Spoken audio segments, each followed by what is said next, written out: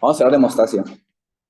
Antes de comenzar ahora sí directamente con hemostasia, hay que aclarar dos cosas, que son las características químicas y físicas del trombocito. A fin de cuentas, esa es la célula que va a encargarse principalmente de la hemostasia, o la que lo va a comenzar y va a favorecer los siguientes pasos. Datos importantes del trombocito o plaquetas, estos provienen del megacariocito, ¿ok? Y una célula que se encuentra en la médula ósea. Esa va a explotar y va a formar las famosas plaquetas, se va a reventar y va a formar estos miles de fragmentos. Voy a hacer un poquito de zoom. Y la cantidad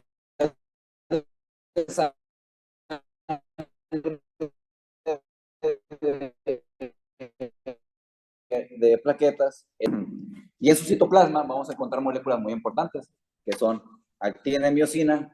Bueno, aquí se misogina, pero es miocina, ¿ok? Que recordemos que estas son proteínas de contracción, se contraen y se traen. Y van a encontrarse moléculas de ADP y ATP. Y una molécula importante que es el factor estabilizador de fibrina. Ahora lo que hay que quedar muy claro es que las plaquetas o trombocitos van a estar recubiertos de glicoproteínas o glucoproteínas, ¿ok? Que son moléculas importantes que van a formar parte de la adhesión y agregación plaquetaria. Y tiene una vida media de 8 a 12 días, según Guyton. En otros lados pueden encontrar lo que es de 7 a 10 días, ¿ok? Y dentro de la célula, del citoplasma del trombocito vamos a encontrar varios gránulos, como los cuerpos densos, gránulos alfa, que son los que nos van a interesar. Si nos damos cuenta, los más importantes son los cuerpos densos, los cuales van a contener ADP, ATP y calcio. Y los gránulos alfa van a contener el factor de von Willebrand, el factor 5, el fibrinógeno y materiales de fibrinolisis, que son la plasmina y el plasminógeno. ¿Ok? Esos son moléculas, estos son gránulos y moléculas que encontramos al interior de la plaqueta. ¿Ok? Entonces, vamos a ver por qué son importantes. A comenzar a hablar, es prácticamente la hemostasia primaria. ¿Alguien tiene una idea de cuál es el objetivo final de la hemostasia primaria?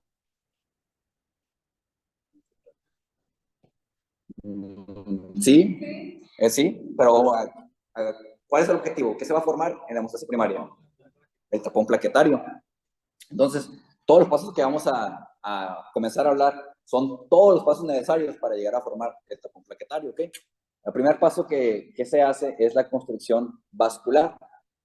¿Alguien no entendió por qué pasa esta construcción vascular o que sí entendió y nos quiere explicar cómo él lo entendió?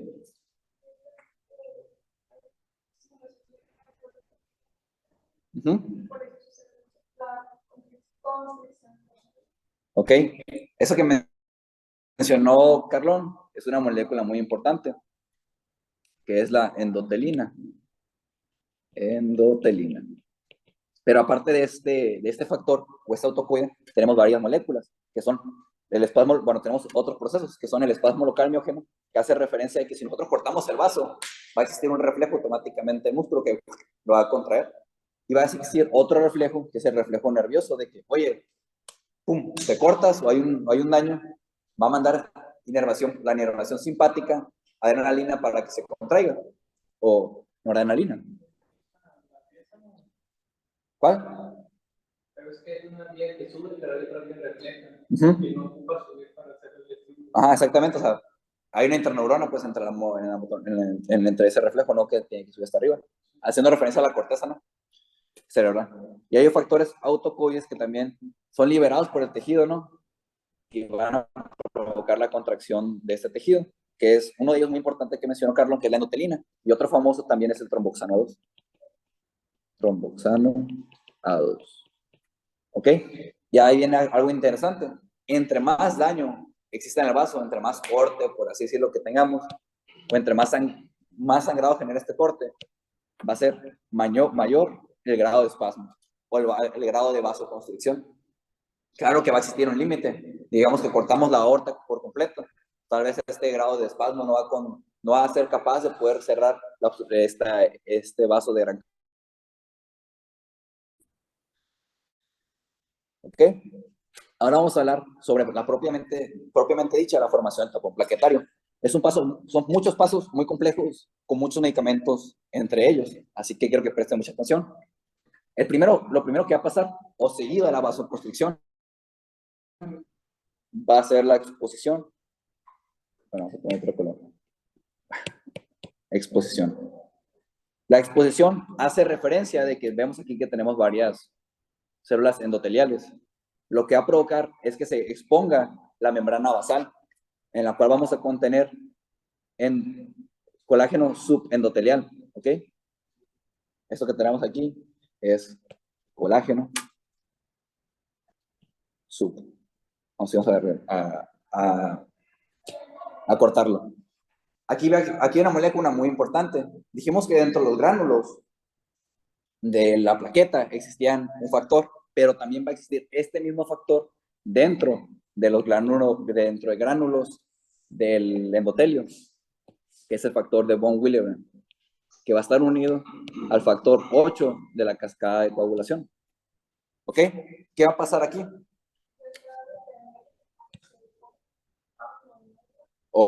Sí, porque hay enfermedades que se llaman enfermedad de factor de von Willebrand que no hace que haya hemostasia, pero vamos a explicar un poquito más. Pues se provoca el daño, ¿no? Entonces, a fin de cuentas va a ser una inflamación o porque va a existir necrosis del endotelio.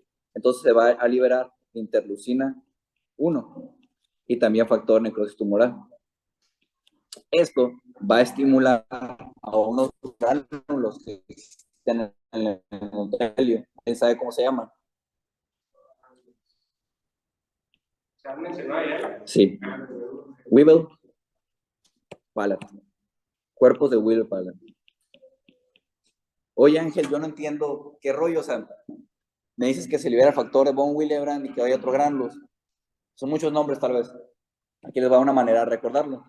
Nada más acuérdense del gránulo, que es el Weevil Palate. La W hace referencia al factor de von Willebrand. ¿Ok? Y la P hace referencia a que de este mismo gránulo se desprenden selectinas, que es la P-selectina. ¿Ok? Importante en la inflamación. Entonces, si nos acordamos del nombre, podemos acordarnos también de qué otros factores se liberan a través de este. Y dentro del endotelio vamos a encontrar la tromboplastina, que es el factor 3 o factor tisular. Una vez que se libera este factor de von Willebrand en el endotelio, o que también se sale de las plaquetas, lo que va a pasar es que se va a provocar una unión entre el colágeno subendotelial y el factor de von Willebrand. ¿Ok? Entonces, a mí me gusta pensar de que el factor de von Willebrand es como son dos brazos. Un brazo va a agarrar la plaqueta y el otro brazo va a agarrar al colágeno subendotelial. ¿Ok? Este paso que acabo de mencionar es la adhesión plaquetaria. ¿Ok? Todo eso que acabo de mencionar, factor de von Willebrand, unión al colágeno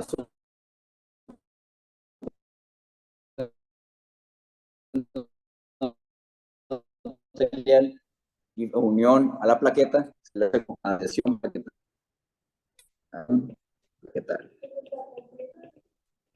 Es el primer paso, bueno, es el segundo paso de la formación del tapón. Para explicar cómo es que se llegan. ¿Eh? Ajá. Esto es un paso nada más para formar el tapón plaquetario, porque vamos a ver cómo llegan más plaquetas. Esta unión lo que va a provocar es que, por así decirlo, exista una granulación, como podemos ver aquí. Esta unión de la plaqueta con el factor de von Willebrand a la glucoproteína 1B va a provocar la degranulación plaquetaria. Sí, a ver, mal de internet. Ahí va, está cargando. ¿Ok? Esta degranulación va a provocar que se liberen diferentes moléculas, las cuales son ADP, serotonina también, y tromboxano A2. Tromboxano A2. ¿Alguien sabe de dónde proviene este tromboxano A2?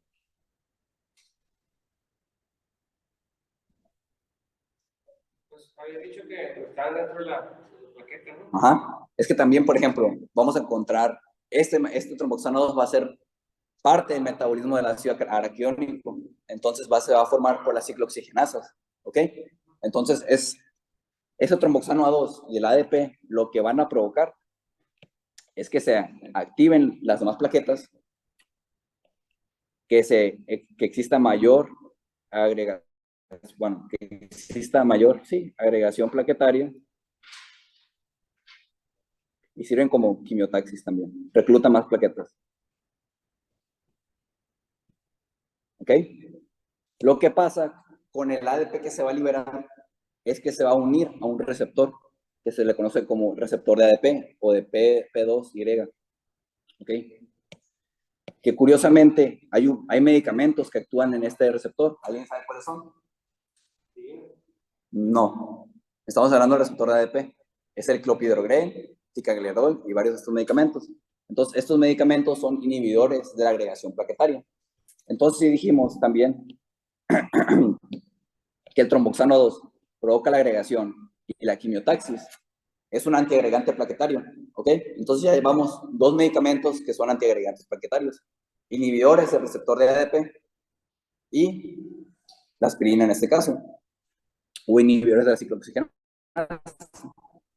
Esto va a provocar que se active ahora sí la plaqueta, las plaquetas vecinas, por así decirlo. Activación. Y esta activación de las otras plaquetas va a hacer que se despliegue en sus membranas otra glicoproteína, que se le conoce como glicoproteína 2B. ¿Ok? Que existen otros medicamentos que también actúan en esta glicoproteína, que son el abiximab, tirofiban y tiroide. ¿Ok? Esos son otros medicamentos que también tenemos aquí. Entonces, recordemos que el hígado produce muchos factores de la coagulación. ¿Ok? Y aquí viene una pregunta que la he visto muchas veces que la fundamentan mal. ¿Cuáles son los factores de la coagulación que sintetiza el hígado?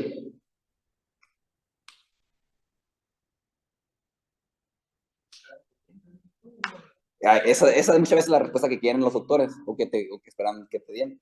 Para esa pregunta sería, ¿qué factores de la coagulación son vitamina K dependientes? ¿Ok? Pero la mayoría, todos los factores de coagulación se sintetizan en el hígado. Otra cosa es que no ocupen la vitamina K. Entonces, para la respuesta de Fernando, es qué factores de la coagulación son vitamina K dependientes.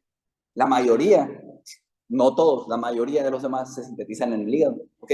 Pero no necesariamente ocupan la vitamina K. Uno de ellos es el fibrinógeno, el cual va a estar recorriendo a través de la sangre. Entonces, cuando esta glucoproteína 2B se haga presente en las plaquetas, se va a unir al fibrinógeno. Entonces vamos a tener otras manitas.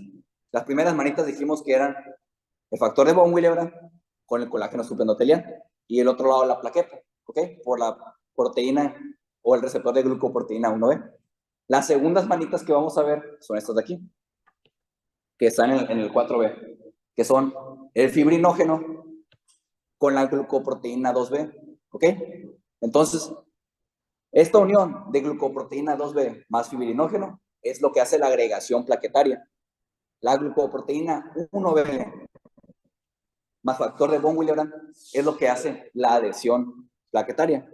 ¿Hay alguna duda en eso?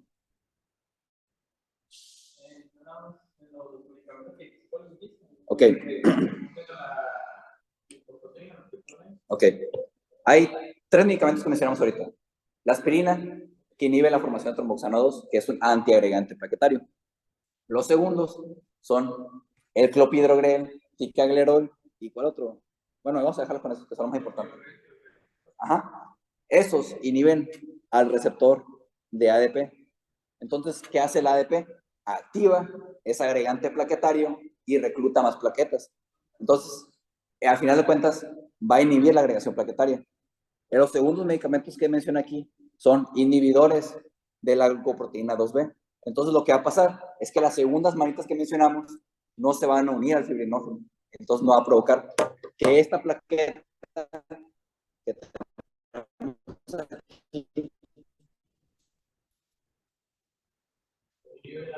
fármacos, abiximab, tirofiban y epitifibrin. la agregación que habías dicho, ¿cuál era? Las manitas. Las manitas de la agregación plaquetaria es el colágeno subendotelial. Y, o sea, yo soy el factor de von Willebrand. Mi otra manita es el colágeno subendotelial y la otra manita es la glucoproteína 1B. ¿Ok? Entonces, por así decirlo, tenemos dos manitas. Todos estos pasos que acabo de mencionar son para formar el tapón plaquetario. ¿Ok? Entonces, digamos que tenemos otra plaqueta aquí, otra plaqueta acá, que se va a unir por fibrinógeno y glucoproteína 2B, que son mis segundas manitas, por así decirlo. Entonces, ese conjunto de todas las plaquetas que se van a unir con fibrinógeno por la glucoproteína 2B son la agregación plaquetaria, o propiamente dicho, el tapón plaquetario o tapón primario. ¿Ok? ¿Hay alguna duda hasta ahí? Bueno. Ahora viene lo más bueno, que es la hemostasia secundaria. ¿Y cuál es el objetivo de la hemostasia secundaria? Ya mencionamos el objetivo de la hemostasia primaria.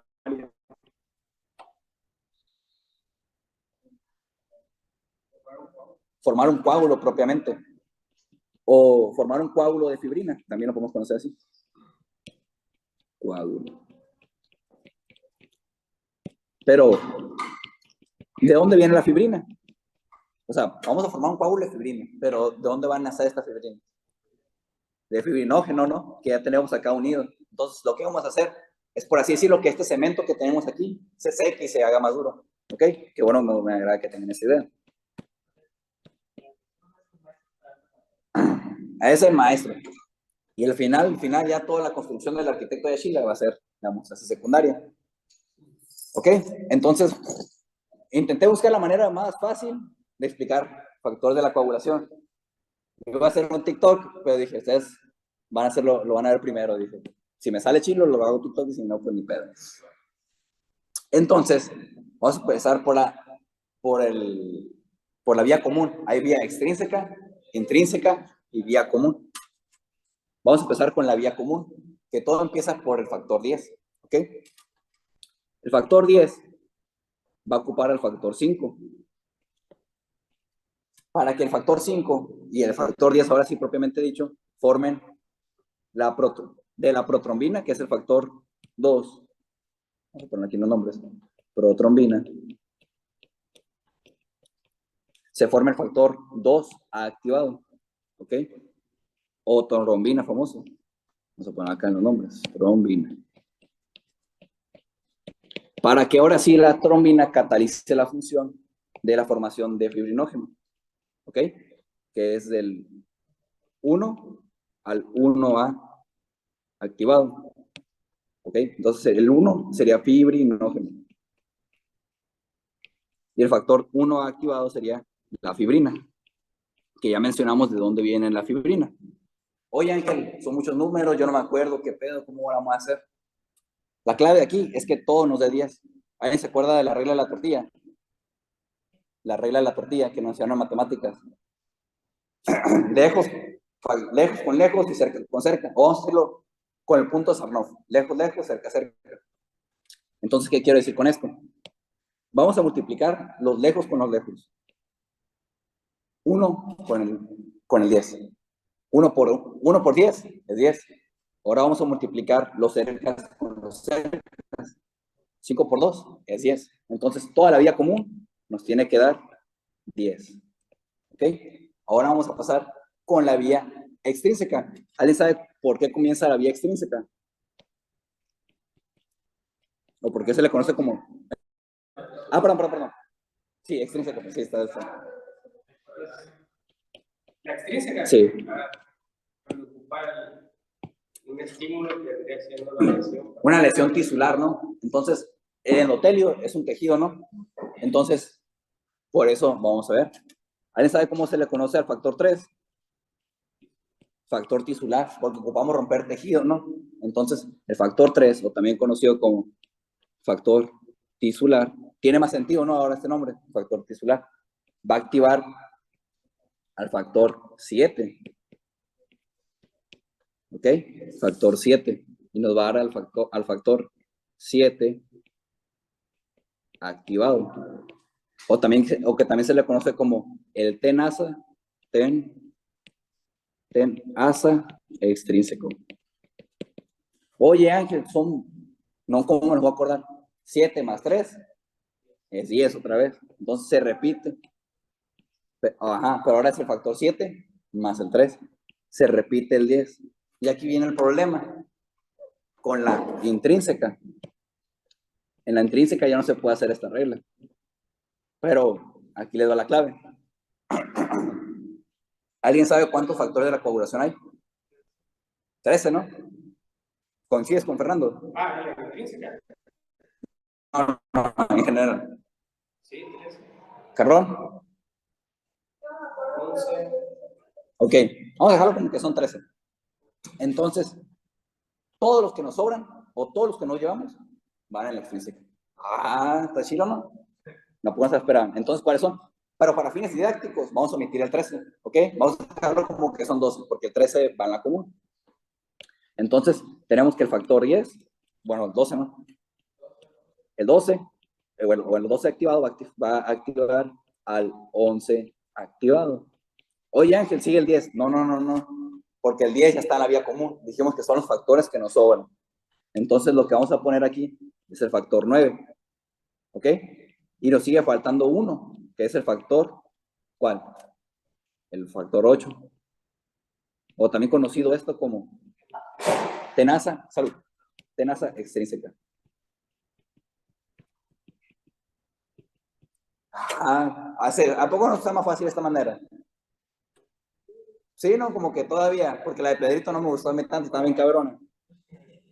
O sea, la común, 10, la extrínseca, 10, y la intrínseca, todo lo demás que falta. Y ahora que aquí va el factor 12. ¿Alguien sabe? El calcio también, pero vamos a decir que es el colágeno o la colágeno.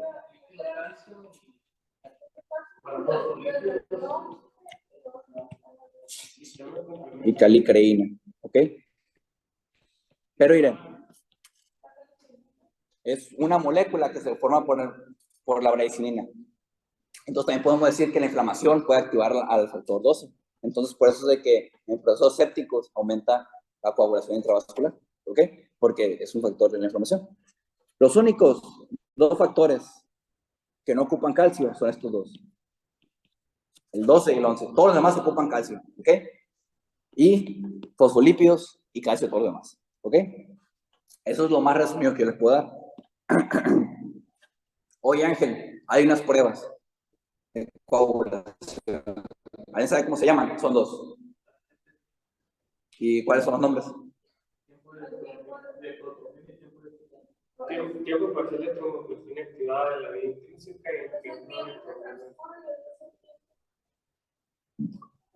y la extrínseca, tiempo de tromboclastina. Ok.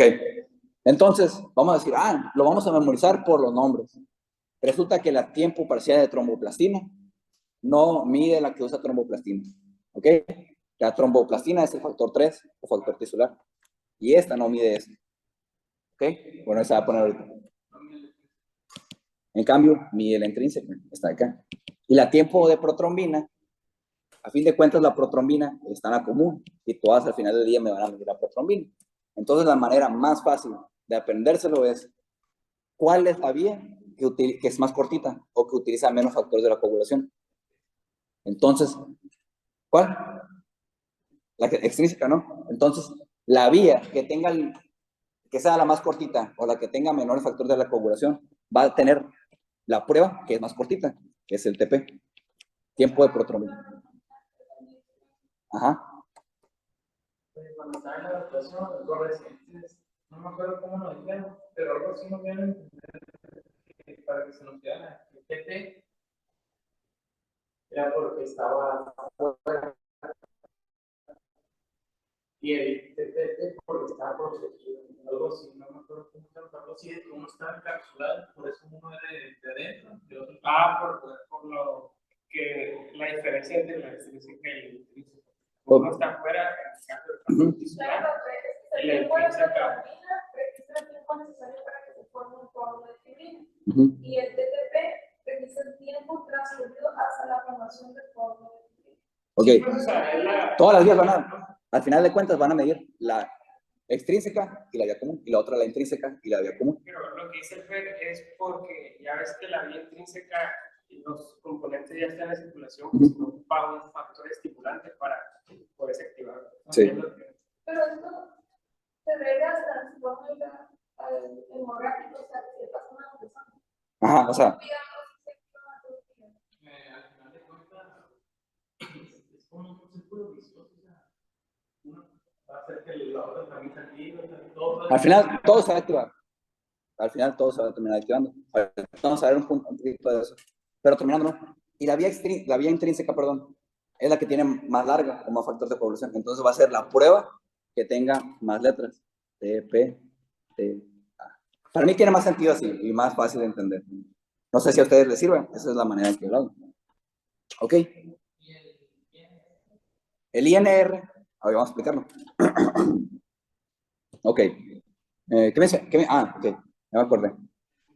El factor 5 va a estimular al final del día también a la vía intrínseca. ¿Ok? Y al final de cuentas, todas las más vías se van a estimular. ¿Qué tipo de retroalimentación pensarían ustedes que es? Una retroalimentación positiva. El coágulo va a estar y va a estar estimulando que se fuera más coágulo. El INR, que es lo mismo, por así decirlo, que el tiempo de protrombina. Nada más que el INR, lo que pasa es de que en el tiempo de protrombina, pues está similar a la tromboplastina, ¿no? Que es el factor 3. Lo que pasa es de que lo que dicen en la literatura, ciertas empresas o ciertos laboratorios tienen tiempos de tromboplastina diferentes, de manera recombinada, ¿no? Entonces pueden dar valores diferentes. Entonces no es, por ejemplo, que no es lo mismo que te lo hagas en Fátima, a que te lo hagas en la Genera, por así decirlo, ¿no? Entonces lo que pasa es de que hay un valor estandarizado que el laboratorio ya te lo da, de que ese es mi tiempo de protrombina normal. Entonces comparas el tiempo de protrombina con el que ya te dio, con el del laboratorio. Entonces, sea independientemente cuál vayas, al final del día te va a dar el rango normal, pues, porque ya está estandarizado, pues, de que este es mi tiempo de protrombina por el tiempo, por la tromboplastina que te estoy dando. Entonces se van a dividir y el rango normal es de 9.9 a 0.3. ¿Ok? De 0.9 a 1. Que es international, porque está internacional, pues, que cada laboratorio te va a dar, ¡pum!, ese es mi tiempo normal, por la tromboplastina que yo te estoy dando, ¿ok? Entonces, hay varios medicamentos los cuales van a actuar aquí, ¿ok? Primero vamos a hablar de la heparina. Aquí está esta imagen, pero la verdad se me hizo muy enredosa, así que lo hice mejor yo. En la vía intrínseca va a actuar la heparina. ¿Alguien sabe qué hace la heparina?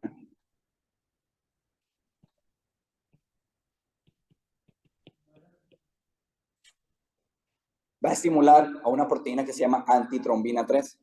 Entonces va a inhibirnos a los factores de coagulación 12, 11, 10 y 2. ¿Y en dónde se encuentran esos? En la intrínseca. Entonces, la heparina va a modificar a la vía intrínseca. Los cumarínicos o la warfarina, ¿alguien sabe qué mecanismo de acción tiene? Los factores de vitamina K. Ajá, ¿y cuáles son esos? 9, 10, 7 y 2. 9, 7 y 2.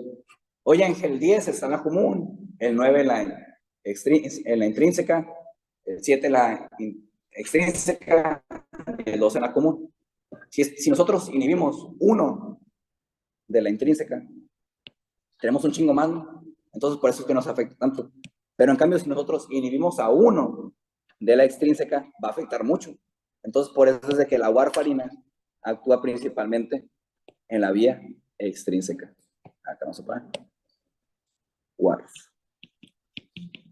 ¿Ok? ¿Está claro? Pruebas de coagulación, cascada de coagulación y medicamentos. Aquí está más detallado. Estos factores de la coagulación que ocupan vitamina K es algo muy importante. Primero, la vitamina K va a llegar al hígado y se va a encontrar de manera reducida o no activada, por así decirlo. Esta se va a activar. Bueno, se va a activar por una enzima que se le conoce como epóxido reductasa. Ahora sí activada, va a servir como cofactor para otra enzima que se le conoce como gamma-glutamil carboxilasa, la cual va a agarrar a las proteínas o los factores de coagulación vitamina K dependientes inactivados para poder activarlos por la acción de esta enzima. Entonces, estos se le conocen como maduros. Dentro de estos factores de la coagulación también tenemos proteínas anticoagulantes, que son la proteína C y la proteína S. Entonces, si yo les pregunto, ¿cuál es el mecanismo de acción exacto de la warfarina o cumarínico? ¿Cuál sería? Que inhibía la conversión de la vitamina K a vitamina K activada. Para que ahora sí no exista vitamina K para poder activar propiamente dicho a los factores de la coagulación vitamina K dependientes. Es algo que pensamos es que directamente la vitamina K divide esto. No, se nos ha dado cuenta, se ha dado paso atrás, ¿verdad? Y ahora sí, lo que sí necesitamos para activarlos, pues no lo tenemos. Entonces, eso es lo que pasa. ¿Hay alguna duda con eso? Bueno. Entonces vamos a hablar de anticoagulantes fisiológicos. Ya, salud. Ya hablamos de los procesos de coagulación normales, hemostasia primaria, hemostasia secundaria. Ahora vamos a hablar cómo es que nuestro cuerpo controla que no se coagule todo demás. Para esto vamos a tener diferentes factores. Uno son los factores endoteliales, los cuales están dados porque es una célula lisa, tiene glucocálix y contiene trombomodulina. ¿Alguien por qué cree que es el glucocálix? ¿O cuál cree que es la función del glucocálix en la célula endotelial? Pues a ayudar a la adhesión. No. Otra idea. ¿Va a ser bota de agua?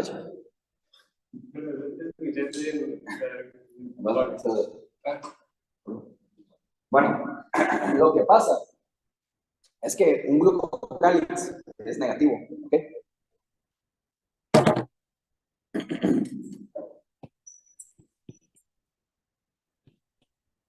Es negativo. ¿Y alguien recuerda cuál era la polaridad de una membrana celular? Es negativa. Entonces, esto va a hacer que se repele el glucocálix del endotelio más la membrana celular de la plaqueta, ¿ok? Que eso es de la plaqueta. Entonces, este glucocálix del endotelio con el otro glucocálix también de la plaqueta va a hacer que se repelen, ¿no? Negativo más negativo, pues no da, se repelen. Entonces, esto es un mecanismo para el cual no se una la plaqueta directamente con el endotelio. Lo otro que menciona es que es lisa, entonces no le produce, no le da los bordes necesarios, por así decirlo, para de que, de este bordecito de aquí me voy a agarrar, sino que pues no le propone eso. Dentro del endotelio, parte del endotelio, existe una molécula que se llama trombomodulina, ¿ok? Esa trombomodulina lo que hace es de que esta proteína de aquí, más la trombina, vamos a decir aquí, más trombina, va a darle el poder necesario anticoagulante a la célula.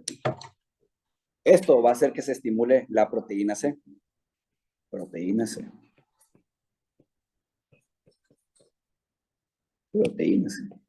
Esto, más acción de la proteína S, va a estimular que se inhiba a los factores de coagulación 5 y 7. Bueno, y factor 7. ¿Ok? Esos van a estar inhibidos. Esto es un factor anticoagulante normal del cuerpo. Y la heparina, que es secretada fisiológicamente, ¿no? En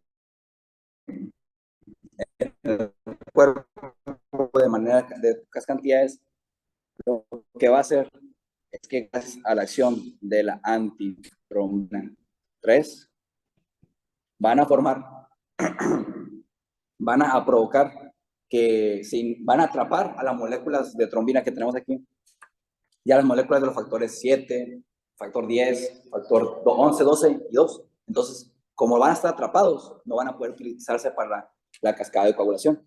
Entonces, esos son los dos factores anticoagulantes fisiológicos. ¿Hay alguna duda con eso? Trombomodulina.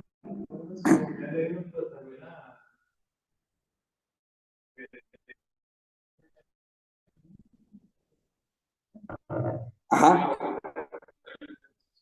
el hecho de que los no se van a poder utilizar después, ¿ok? Es otro factor anticoagulante natural.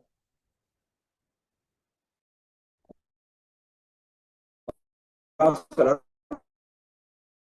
un poquito de la fibrinolisis. Hablamos del complementario, y ahora vamos que esto Segrada el fibrinógeno, la fibrina, perdón, cuando segrada los productos que suelta, por así decirlo, es un producto de la metabolización o la degradación de la fibrina. Entonces, si nosotros tenemos dímero D elevado, significa que en el cuerpo hay un proceso de fibrinolisis, o sea, está rompiendo un coágulo de fibrina. Entonces, lo que pasa es que la fibrinolisis en el cuerpo está dada por el plasminógeno, que es esta molécula que tenemos aquí. Esta molécula se va a activar gracias al activador de tejido plasminógeno, o TPA, ¿ok? Nos va a dar la plasmina que tenemos acá. Ahora sí, la plasmina lo que va a hacer es que directamente va a cortar producto de la degradación de la fibrina, que son el dímero D. Dímero D. Esta degradación de fibrina lo que va a hacer también, bueno, más bien la plasmina, es que se destruyan también factores de la coagulación, ¿ok? Factores. Por eso es de que, bueno, a grandes rasgos, lo que va a pasar es de que la fibrina, tanto factores de la coagulación, van a ser destruidos, ¿ok? De aquí entran medicamentos importantes. ¿Alguien conoce algún medicamento que estimule la fibrinolisis?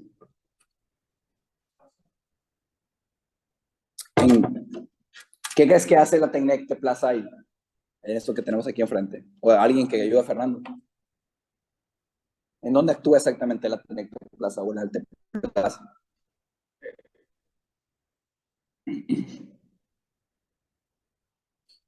no hay la conversión de plasminógeno.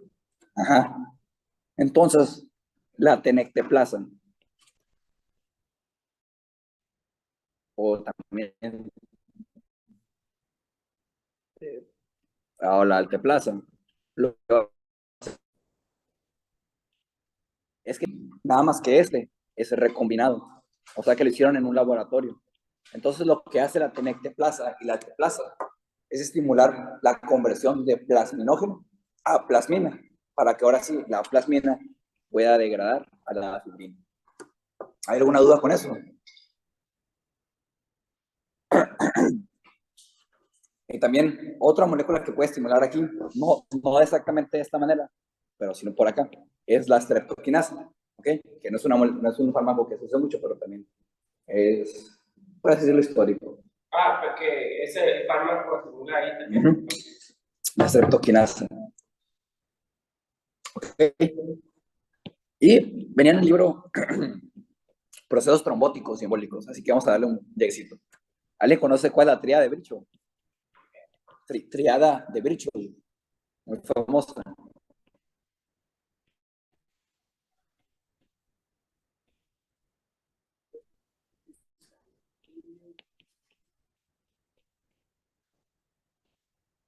Es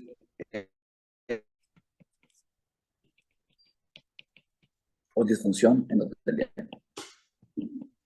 ¿Por qué? Bueno, alguien que me quiera explicar un paso de esta triada.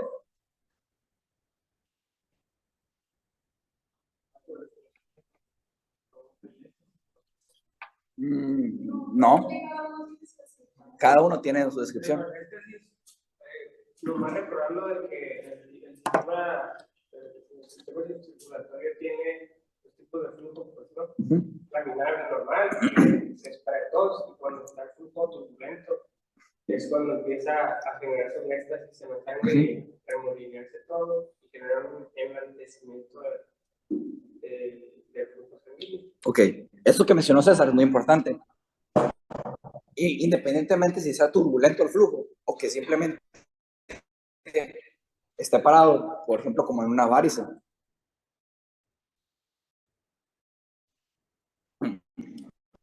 Digamos que la sangre y en un flujo turbulento, los factores de la coagulación se van a tender a acumular y los procesos de la coagulación van a acumularse. Entonces, no sería un estado de hipercoagulabilidad. ¿Ok? Entonces, bueno, el caso de que la éstasis es lo que lo va a provocar. Al final del día, sea turbulento o que no haya flujo de sangre, va a haber aumento en los factores de la coagulación o factores coagulantes. ¿Ok? La hipercoagulabilidad nos quiere decir de que, digamos que tenemos excesos de factores de coagulación o excesos de plaquetas.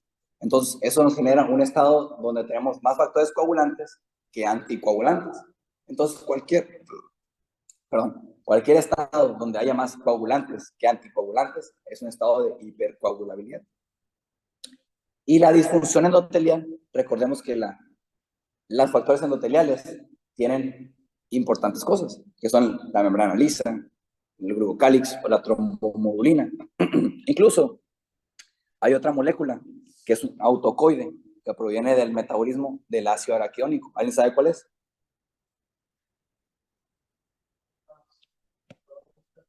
Es una prostaglandina o prostaciclina.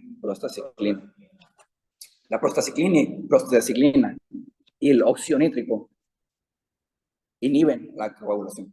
¿Ok? Entonces, esas son moléculas que se forman en el endotelio. Entonces, si nosotros tenemos una disfunción endotelial o no una buena función del endotelio, todo esto que tenemos aquí no va a funcionar. Tanto ni la síntesis de prostaciclina, óxido nítrico o la trombomodulina. Entonces, al final de cuentas, estos factores anticoagulantes fisiológicos no van a servir. Entonces, volvemos a que se favorezca un estado de hipercoagulabilidad, por así decirlo, antes que un estado de anticoagulación. ¿Me explico? Entonces, esa es la triada de Virchow.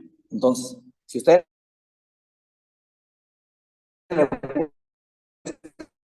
a muchas enfermedades de trombos o de algunas de esas está afectada, entonces vamos a explicar qué es un trombo.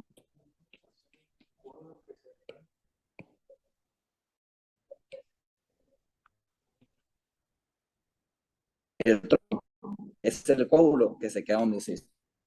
Y el émbolo es que viaja. ¿Ok? Es el que viaja. Esos, por así decirlo, coagulación muy resumido. Había unas enfermedades que mencionaba el libro, que son las hemofilias. ¿Alguien las recuerda? La A, la B y la C. La A hace referencia al factor 8, al factor 9, y la C hace referencia al factor 11. El factor 8, o la enfermedad de la hemofilia tipo B, se le conoce como enfermedad de Christmas, porque el factor 8 se conoce como factor de Christmas. ¿Ok? Y existe otra enfermedad de von Willebrand, que ya explicamos que es el factor de von Willebrand. Entonces, se produce un estado de pues, menor coagulación, porque pues, no está favorecida la hemostasia primaria. ¿Alguna duda con todo lo que acabamos de mencionar? Son muchos datos así. ¿Tienen alguna duda con los medicamentos?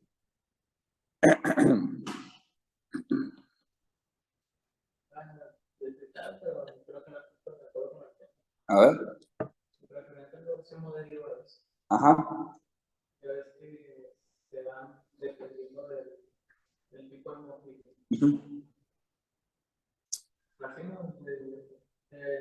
El hemodiderivado, hay deficiencia del factor.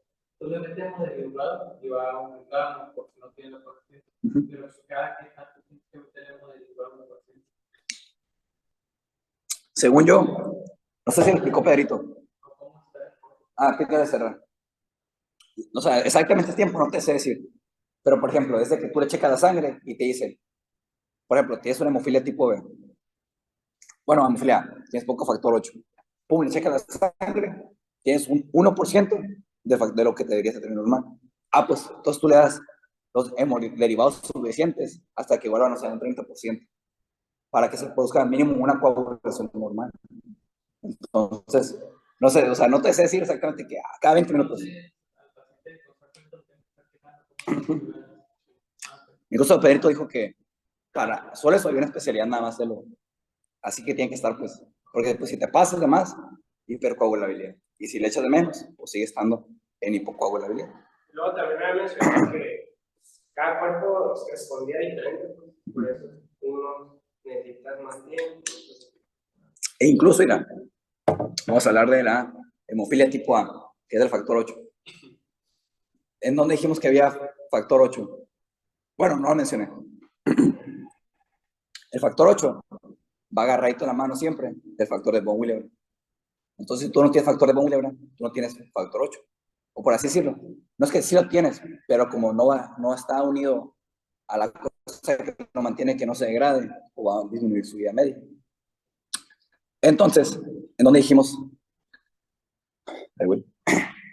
¿Cómo dijimos que se llamaban los gránulos que se encontraron en el endotelio, que liberaban factor de von Willebrand?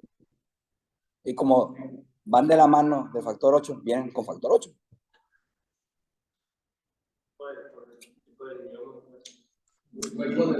Weber-Pallat. Entonces, existe un medicamento. Vamos a ver acá, hasta acá. Hasta acá. Existe un medicamento que se llama desmopresina.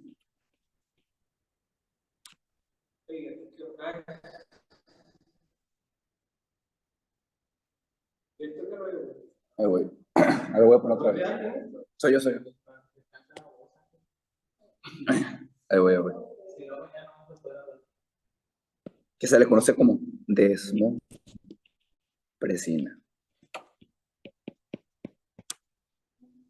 Este medicamento lo que hace es que se degranule. ¿Ok? Entonces, ¿qué es lo que va a pasar? ¿Qué creen ustedes que pase? De factor 8 y de factor de von Willebrand. Entonces, en la enfermedad de von Willebrand y en la hemofilia tipo A puede ser útil este medicamento porque nos va a aumentar en la circulación el factor de von Willebrand y el factor 8, porque dijimos que el factor 8 y el factor de von Willebrand van de la mano. ¿Me explico? ¿Y la desmopresina qué es? Es un análogo de la vasopresina o de la ADH.